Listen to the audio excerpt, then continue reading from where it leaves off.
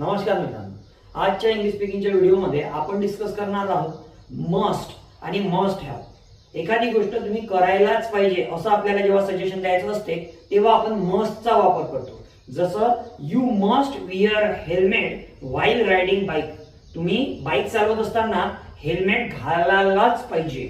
एखादी गोष्ट आपल्याला कंपल्सरीली कोणाला सजेशन द्यायचं असेल करायलाच पाहिजे तर आपण मस्टचा वापर करतो आणि त्यासोबत वर्बचा पहिला फॉर्म लावतो. मस्ट हॅव कधी यूज करायचं? एखादी गोष्ट करायला हवी होती, करायलाच हवी होती हे सांगण्यासाठी आपण मस्ट हॅव प्लस वर्बच्या थर्ड फॉर्मचा यूज करतो. You must have taken medicine. तुम्ही मेडिसिन घ्यायलाच हवी होती.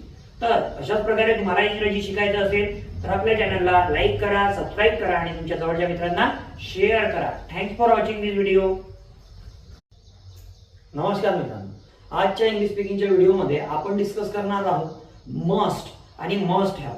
एखादी गोष्ट तुम्ही करायलाच पाहिजे असं आपल्याला जेव्हा सजेशन द्यायचं असते तेव्हा आपण मस्टचा वापर करतो. जसं you must where helmet while riding bike.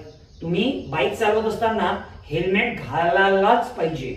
एखादी गोष्ट आपल्याला कंपल्सरीली कोणाला सजेशन द्यायचं असेल करायलाच पाहिजे तर आपण मस्टचा वापर करतो आणि त्यासोबत वर्बचा पहिला फॉर्म लावतो. मस्ट हॅव कधी यूज करायचं?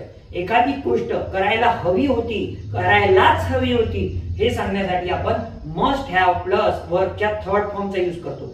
You must have taken medicine. तुम्ही मेडिसिन घ्यायलाच हवी होती.